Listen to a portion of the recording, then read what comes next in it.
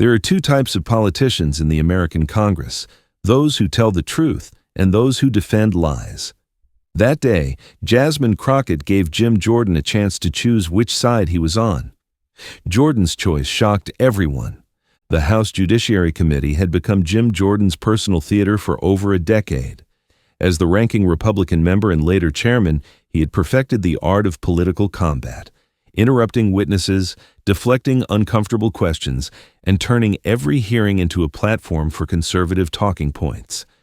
His aggressive style had made him a hero to Trump supporters and a nightmare for Democrats who found themselves on the receiving end of his rapid-fire interrogations. But on this particular Tuesday morning in Washington, Jordan had no idea that his reputation for being unshakable was about to be dismantled by a congresswoman who understood that sometimes the most powerful weapon against political theater isn't more theater. It's simple, undeniable truth.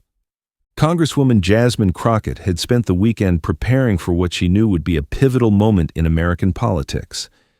The hearing was officially about social media oversight and the First Amendment, but everyone in the room understood that it was really about something much bigger: the role of truth in democratic governance and whether elected officials had any responsibility to distinguish between facts and fiction. The committee room was packed with reporters, staffers, and C-SPAN cameras that would broadcast every word to millions of Americans who were increasingly concerned about their government's relationship with reality.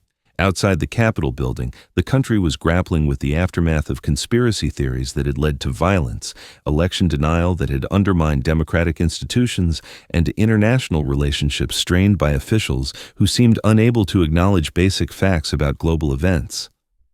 Jordan opened the hearing with his characteristic aggression, immediately launching into a prepared speech about government censorship and the Biden administration's alleged attacks on free speech.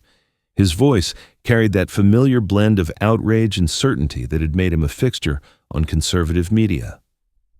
"The American people are tired of being told what they can and cannot say," Jordan declared, his Ohio accent sharpening with indignation.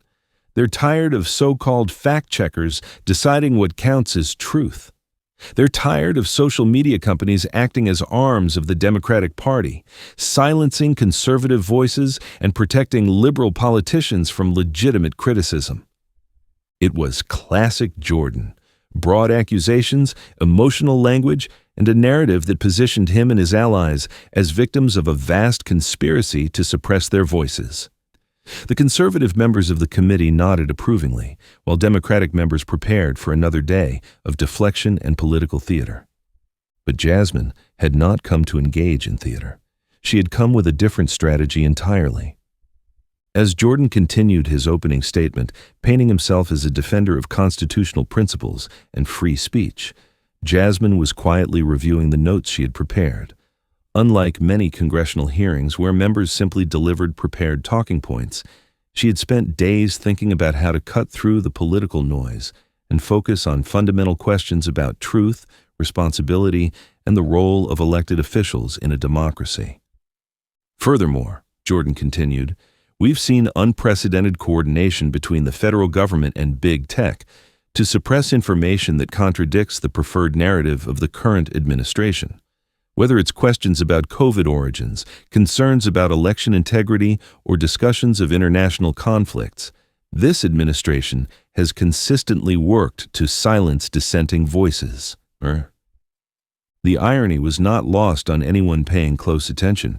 Here was a congressman complaining about the suppression of dissenting voices while representing a party that had spent years denying basic facts about election results, public health measures, and international events. But Jordan's political success had always been based on his ability to project confidence and outrage, regardless of the underlying facts. As Jordan's opening statement continued, something subtle was happening in the committee room. Unlike previous hearings where Democratic members had responded to Jordan's provocations with matching anger and rhetoric, there was a different energy today. Jasmine sat calmly, taking notes, but there was something in her posture, a sense of preparation and purpose, that suggested she had not come to play the usual political games.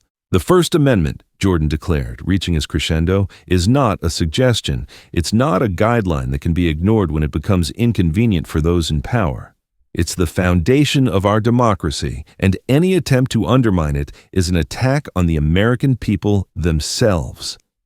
The applause from the Republican side of the room was immediate and enthusiastic. Jordan had delivered exactly what his base wanted to hear, a clear narrative with obvious villains and righteous heroes. The Democrats were the censors, the Republicans were the defenders of freedom, and any suggestion that conservative politicians bore responsibility for spreading misinformation was itself an attack on constitutional principles. But as the applause died down and Jordan prepared to recognize the first witness, Jasmine raised her hand. "Mr. Chairman, I have a point of inquiry before we proceed with witness testimony." The room fell silent. Points of inquiry during opening statements were unusual, and Jordan looked momentarily surprised by the interruption. But parliamentary procedure required him to recognize her. "The chair recognizes the gentlewoman from Texas." Jasmine stood slowly, and there was something different about the way she carried herself. No anger, no theatrical outrage, just the calm confidence of someone who had prepared thoroughly for this moment. "Thank you, Mr. Chairman. I appreciate your passionate defense of First Amendment principles and your concern about the accuracy of information in public discourse. These are indeed fundamental issues that deserve serious attention from this committee." The politeness was almost disarming. Instead of attacking Jordan's arguments directly, she was agreeing with his stated principles while subtly suggesting that his application of them might be inconsistent. "However," she continued, her tone remaining conversational, "I believe that any serious discussion about truth, accuracy, and the responsibilities of public officials must begin with our own commitment to factual accuracy in our public statements." Jordan shifted slightly in his chair, sensing that this was not going to be the typical Democratic response of matching rhetoric with rhetoric. "With that in mind," Jasmine said, "I'd like to ask my colleagues some very basic questions about factual accuracy and the role of elected officials in either supporting or undermining public trust in reliable information." She paused, making eye contact with Jordan and several other Republican members. "Because if we're going to have a serious conversation about truth and censorship, we need to start by establishing whether we can agree on some very basic facts about the world we live in." What happened next would later be described by political analysts as one of the most effective uses of simple questions to expose complex hypocrisies in congressional history. Jordan had built his career on aggressive questioning and political combat, but he was about to face something he was completely unprepared for, a series of straightforward questions about basic facts that would reveal the fundamental contradiction at the heart of his political position. The silence that followed Jasmine's setup was different from the usual parliamentary pauses that punctuated congressional hearings. This wasn't a moment of procedural confusion or technical difficulty. It was the kind of silence that occurs when everyone in the room suddenly understands that they're about to witness something unprecedented. Jordan leaned back in his chairman's seat, his earlier confidence beginning to show the first signs of strain. He had expected the usual Democratic responses: passionate speeches about Republican hypocrisy, emotional appeals about democracy in crisis, or procedural objections to his committee's agenda. What he hadn't expected was to be positioned as a witness in his own hearing, facing questions that would test his willingness to acknowledge basic facts. "Mr. Chairman," Jasmine continued, her voice remaining calm and measured, "before we discuss how social media companies should handle misinformation, I think it's important for this committee to establish our own relationship with factual accuracy." She walked to the center of the committee room, carrying a single folder that would soon prove to contain some of the most politically explosive questions in recent congressional history. "So let me start with something very simple, something that should be easy for any member of Congress to acknowledge." She opened the folder and pulled out a single sheet of paper. According to every major news organization, every international monitoring group, and every government intelligence agency in the democratic world, on February 24, 2022, Russia launched a full-scale military invasion of Ukraine. The statement hung in the air like a test. It was, objectively, one of the most well-documented facts in recent history. Satellite imagery, video evidence, international testimony, and the acknowledgment of the Russian government itself had established beyond any reasonable doubt that Russia had invaded Ukraine, not the other way around. But in the current political climate, even this basic fact had become controversial among some conservative politicians who seemed reluctant to criticize Vladimir Putin or acknowledge anything that might reflect poorly on Donald Trump's previous praise for the Russian leader. Mr. Chairman, Jasmine said, looking directly at Jordan, can you confirm for this committee and for the American people watching at home that Russia invaded Ukraine? The question was so simple that it should have taken less than 5 seconds to answer. Every member of Congress had access to classified intelligence briefings. Every one of them had seen the overwhelming evidence of Russian aggression. The invasion was not a matter of opinion or political interpretation. It was documented historical fact. But Jordan's response revealed the depth of the problem that Jasmine was exposing. "Congresswoman," he said, his voice carrying a note of irritation, "this committee's jurisdiction is domestic oversight of social media companies, not international relations. We're here to discuss censorship and the First Amendment, not to relitigate complex geopolitical situations." It was classic deflection, acknowledging neither the truth nor the lie, but simply refusing to engage with the question entirely. But Jasmine had anticipated exactly this response. "Mr. Chairman, I'm not asking you to relitigate anything. I'm asking you to acknowledge a basic fact that has been established by every credible source of information in the world. If we can't agree on something this fundamental, how can we have a meaningful discussion about information accuracy?" The logic was unassailable, and everyone in the room understood it. Jordan was positioning himself as a defender of truth and accuracy while refusing to acknowledge one of the most well-documented facts in recent history. "Furthermore," Jasmine continued, "this question is directly relevant to our discussion today, because social media platforms have faced criticism for allowing the spread of misinformation about this very conflict. Some users have claimed that Ukraine invaded Russia, or that the invasion was justified, or that it never happened at all." She held up another document from her folder.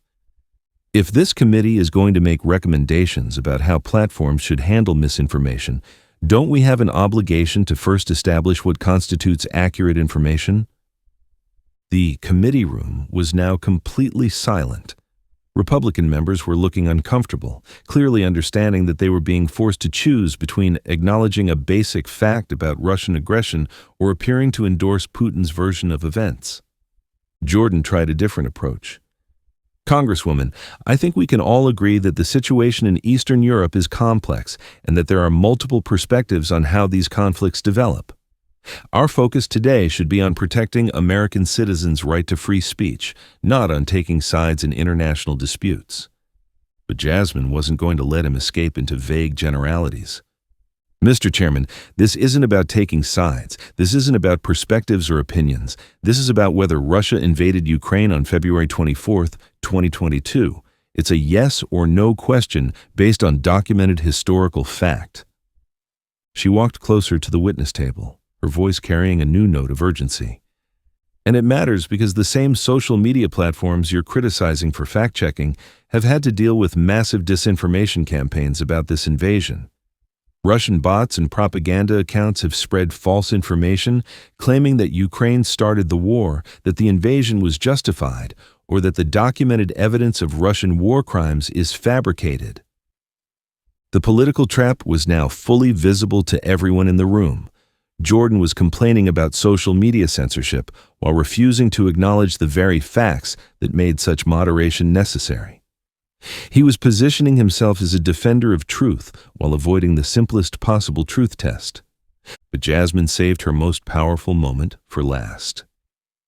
"Mr. Chairman, I'm going to ask this question one more time, and I'm going to ask other members of this committee to answer as well." She turned to face not just Jordan, but the entire Republican side of the committee. "Is there anyone on this committee who has the courage to state clearly and unambiguously that Russia invaded Ukraine?" The phrase "has the courage" was perfectly chosen. It transformed a simple factual question into a test of moral and political bravery. Committee members weren't just being asked to acknowledge a fact. They were being challenged to demonstrate that they had the integrity to speak truth even when it might be politically inconvenient. The silence that followed was deafening. Republican members looked at each other, clearly understanding that they were in an impossible position. Acknowledging the invasion would contradict months of careful ambiguity about Putin and Russia, but refusing to acknowledge it would make them look like they were denying obvious reality on national television. Jordan finally attempted to regain control of the situation. "Congresswoman, I think we've spent enough time on international relations. This committee has important work to do regarding domestic oversight, and I'd like to return to our scheduled programming." But the damage was already done. In less than 10 minutes, Jasmine had accomplished something that Democrats had been trying to do for years. She had exposed the fundamental hypocrisy of politicians who claimed to care about truth while refusing to acknowledge basic facts. The reporters in the room were frantically taking notes, understanding that they were witnessing a political moment that would be replayed and analyzed for weeks to come. The silence of Republican committee members on a basic question about Russian aggression would become a story in itself. But Jasmine wasn't finished. She had one more truth bomb to deliver. The committee room had transformed from a routine oversight hearing into something resembling a political intervention. The usual rules of engagement, prepared talking points, deflection strategies, and partisan theatrics, had been suspended by Jasmine's simple insistence on dealing with basic facts. What should have been an easy answer to an obvious question had become a moment of institutional crisis. Jordan was clearly struggling to regain control of both the hearing and his own political narrative. His entire brand was built on being the aggressive questioner, the person who put others on the defensive. Now, he found himself in the unprecedented position of being unable to answer the simplest possible question about international events. "Mr. Chairman," Jasmine continued, her voice carrying a new note of determination, "I want to help my colleagues understand why this matters for American democracy and why it's directly relevant to our discussion about misinformation." She pulled out another document from her folder, this one marked with colorful tabs and highlighting. Since February 2022, social media platforms have identified and removed over 2.8 million pieces of content related to false information about the Ukraine conflict. Much of this content originated from Russian government sources and pro-Putin influencers who were deliberately spreading false narratives about who started the war and why. The numbers were stark and undeniable, representing a massive coordinated disinformation campaign that had targeted American social media users with false information about one of the most significant conflicts of the 21st century. Furthermore, Jasmine continued, American intelligence agencies have documented that these disinformation campaigns were specifically designed to confuse American public opinion and undermine support for Ukraine among American voters. She looked directly at Jordan, her expression serious but not hostile. "So when we talk about social media censorship and fact-checking, we're not talking about suppressing legitimate political opinions. We're talking about stopping foreign governments from using American platforms to spread false information that serves their military and political objectives." The distinction was crucial, and it cut to the heart of the entire debate about content moderation. Jordan and his allies had consistently portrayed fact-checking as politically motivated censorship, but Jasmine was demonstrating that much of the contested content involved foreign propaganda designed to undermine American interests. Jordan attempted to pivot again, but his options were becoming increasingly limited. "Congresswoman, while I appreciate your concern about foreign influence, the fact remains that American citizens have the right to access information and make their own judgments about international events. We shouldn't be in the business of deciding what information Americans are allowed to see." It was a reasonable-sounding argument that completely avoided the central issue, whether elected officials had any responsibility to distinguish between true and false information when making public statements. But Jasmine had anticipated this deflection as well. "Mr. Chairman, I completely agree that Americans have the right to access information and make their own judgments. But don't they also have the right to expect that their elected representatives will provide them with accurate information rather than false information? She walked back to her seat and picked up a thick binder that her staff had prepared. Because this isn't just about what information Americans can access. It's about what information American political leaders choose to share and whether they take any responsibility for the accuracy of their public statements. Opening the binder, she revealed what appeared to be a collection of social media posts, official statements, and interview transcripts. Mr. Chairman, over the past 2 years, you have made dozens of public statements questioning the effectiveness of COVID vaccines, suggesting that the 2020 election results were illegitimate, and expressing skepticism about American intelligence assessments of Russian activities. The documentation was comprehensive and carefully organized. Unlike the usual congressional practice of making vague accusations, Jasmine had specific examples of specific statements with dates, sources, and context. Now, I want to be clear. You have every right to express these opinions. The First Amendment protects your right to question government policies and express skepticism about official narratives. Her tone remained respectful, but there was steel underneath the politeness.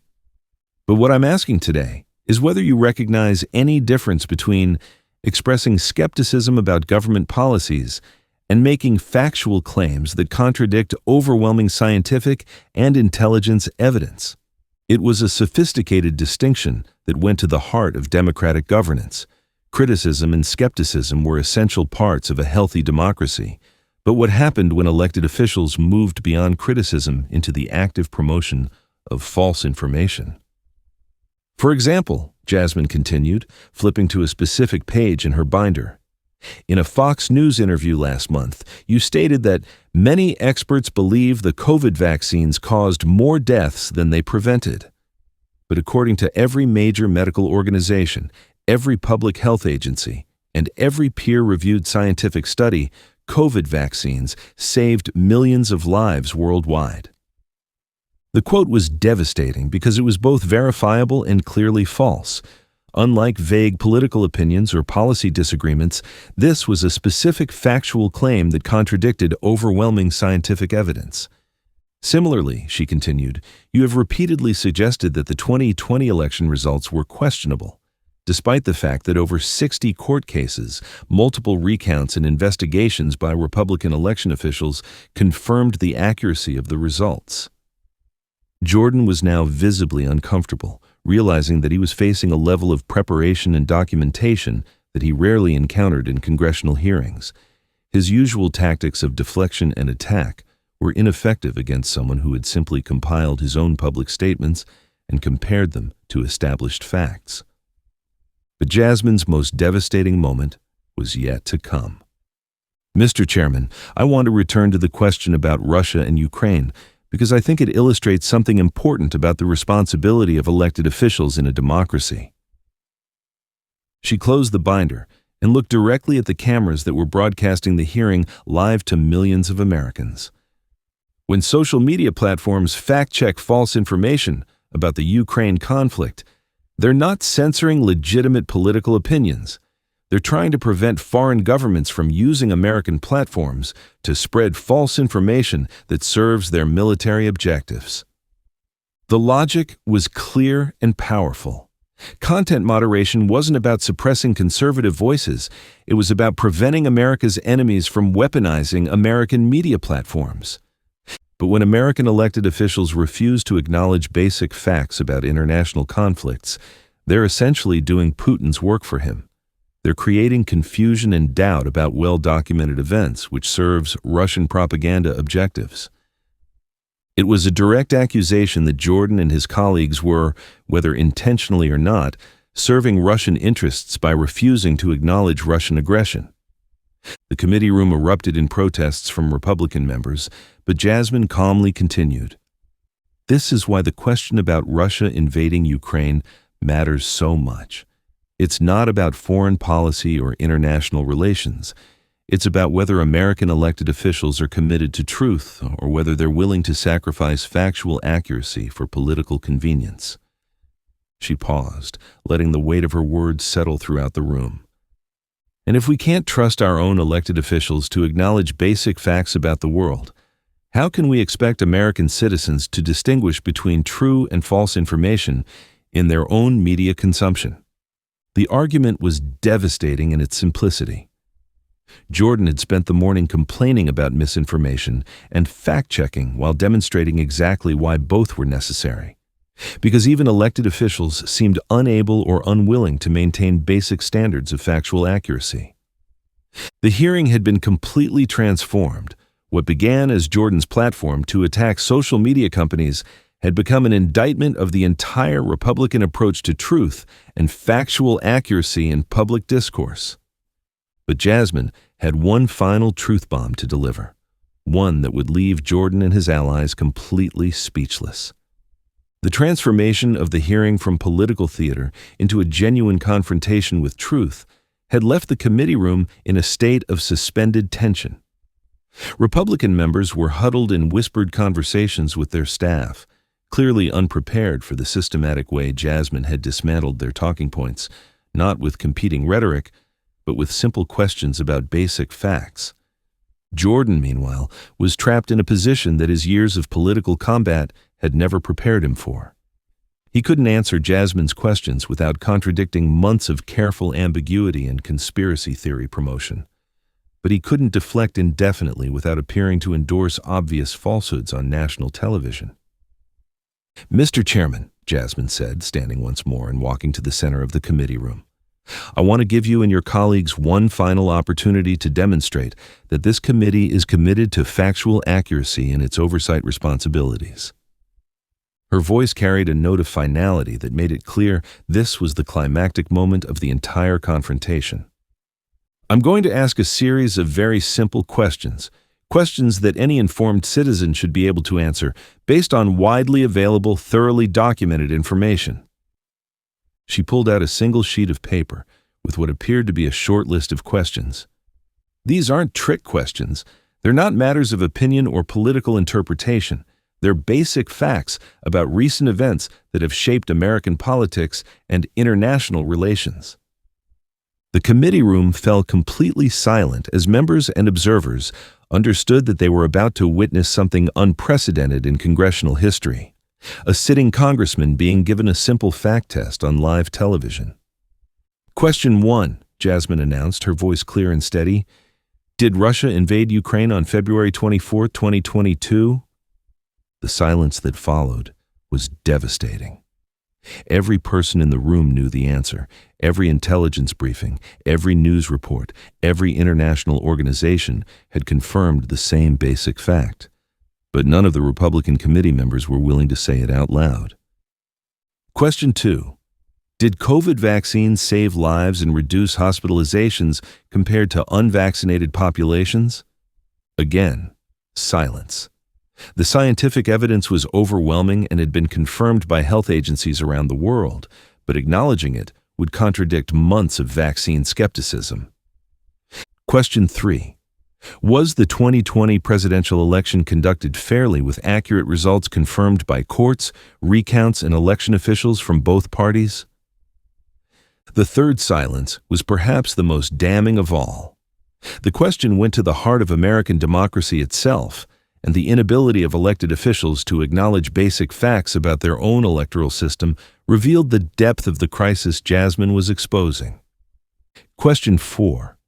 Is climate change real and primarily caused by human activities, according to the overwhelming scientific consensus? By now, the pattern was unmistakable. On issue after issue that had become politicized in conservative media, Republican members of Congress were unable or unwilling to acknowledge basic factual realities. Jasmine set down the paper and looked directly at the cameras. Ladies and gentlemen, you have just witnessed something that should concern every American, regardless of their political affiliation. Elected officials who have sworn an oath to uphold the Constitution are refusing to acknowledge basic facts about the world we live in.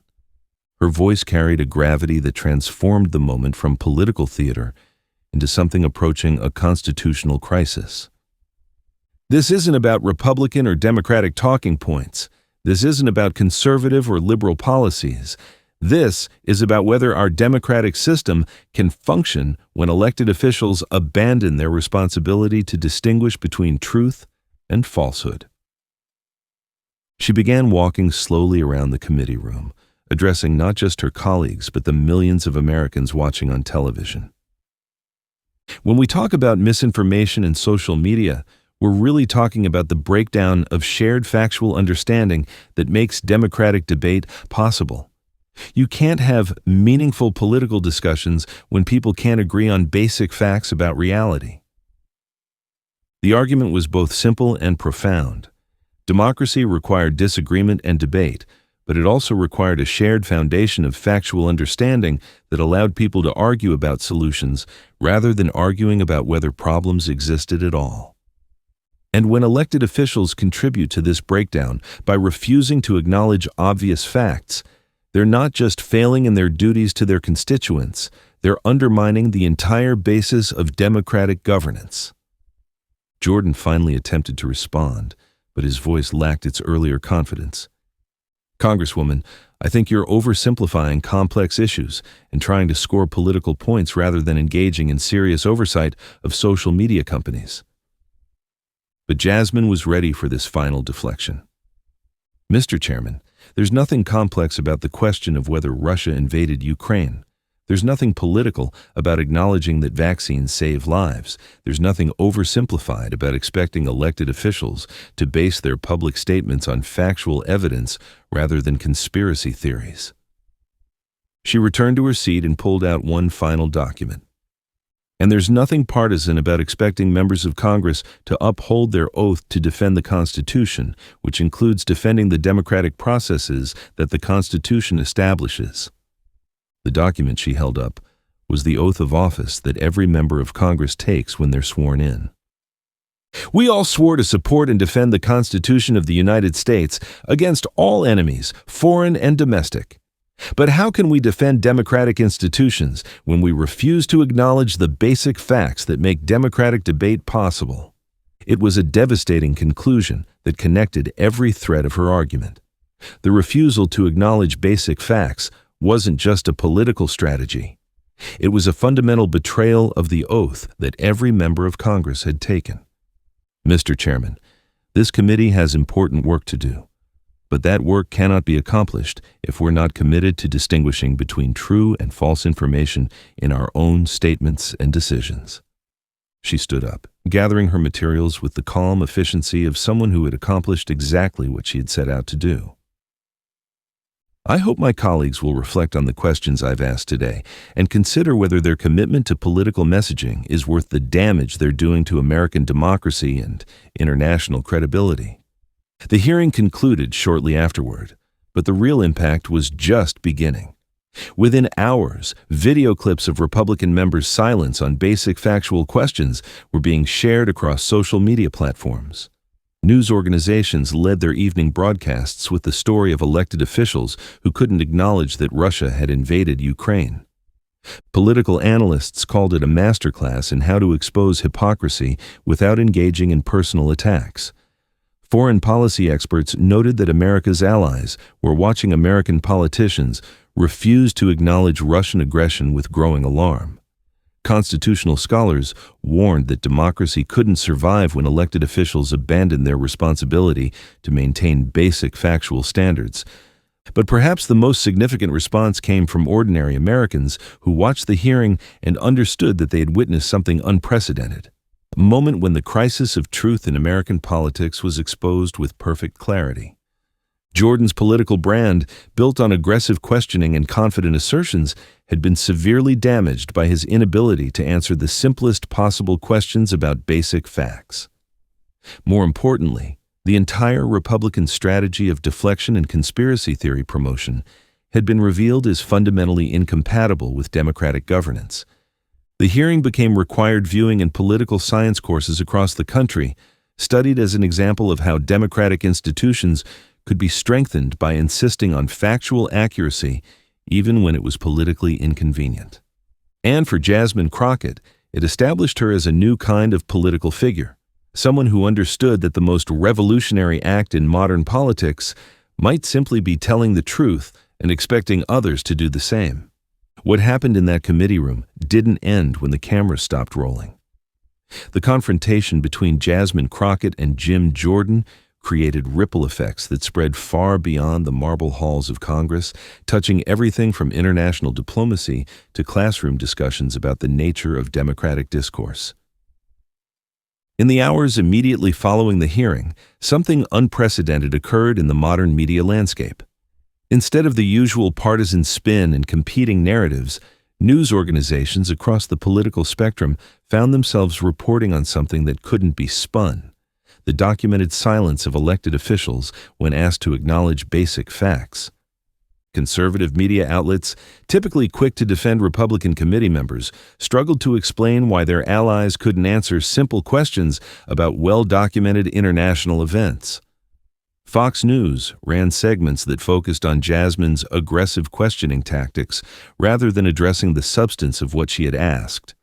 Talk radio hosts attempted to reframe the silence as principled resistance to gotcha journalism, but their arguments sounded hollow when the gotcha was simply asking whether Russia had invaded Ukraine. Meanwhile, international observers watched with a mixture of fascination and alarm as American elected officials demonstrated their unwillingness to acknowledge basic facts about global events. NATO allies, already concerned about American commitment to democratic values and international cooperation, saw the hearing as confirmation of their worst fears about the reliability of American political leadership. It's difficult to coordinate international responses to Russian aggression when American legislators won't even acknowledge that Russian aggression exists, noted Dr. Helena Kowalski, a foreign policy expert at the Atlantic Council. How do you build coalition strategies with partners who seem to live in alternative realities? The hearing also sparked intense discussion in academic circles about the relationship between truth and democratic governance. Political science professors found themselves using the Jordan-Crockett exchange as a case study in how democratic institutions could either strengthen or weaken, depending on the commitment of participants to basic standards of factual accuracy.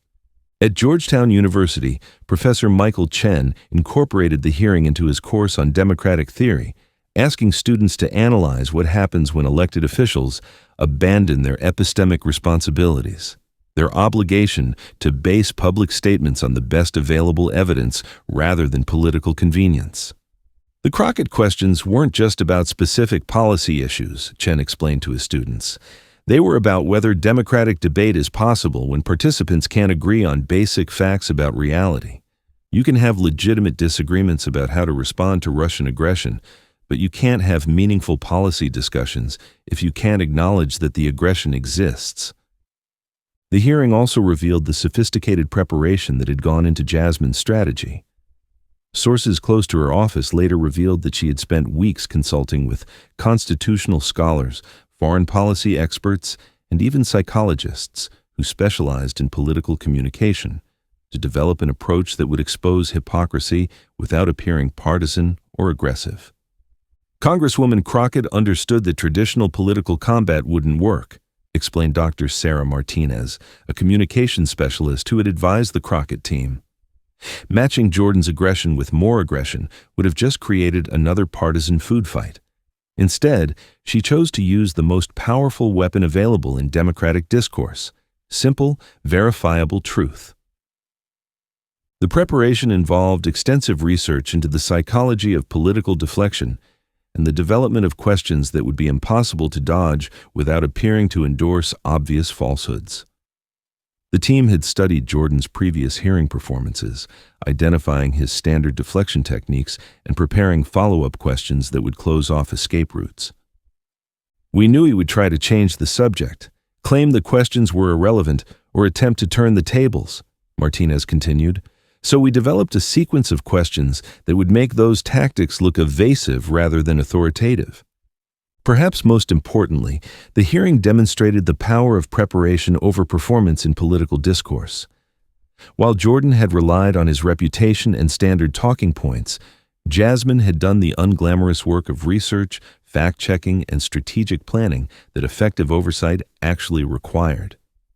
The international impact of the hearing extended beyond diplomatic circles. Russian state media, always eager to highlight American political dysfunction, initially celebrated the Republican silence on the Ukraine question as evidence of growing American sympathy for Russian positions. But this celebration proved short-lived as the broader American response made clear that the silence reflected poorly on the politicians rather than indicating any shift in American policy or public opinion. More significantly, the hearing inspired similar efforts by legislators in other democratic countries who were dealing with their own struggles against misinformation and political truth decay. Members of the European Parliament began incorporating fact-based questioning into their oversight procedures, while Canadian and Australian legislators studied the Crockett approach as a model for holding their own colleagues accountable for factual accuracy. The hearing also had unexpected effects on social media discourse.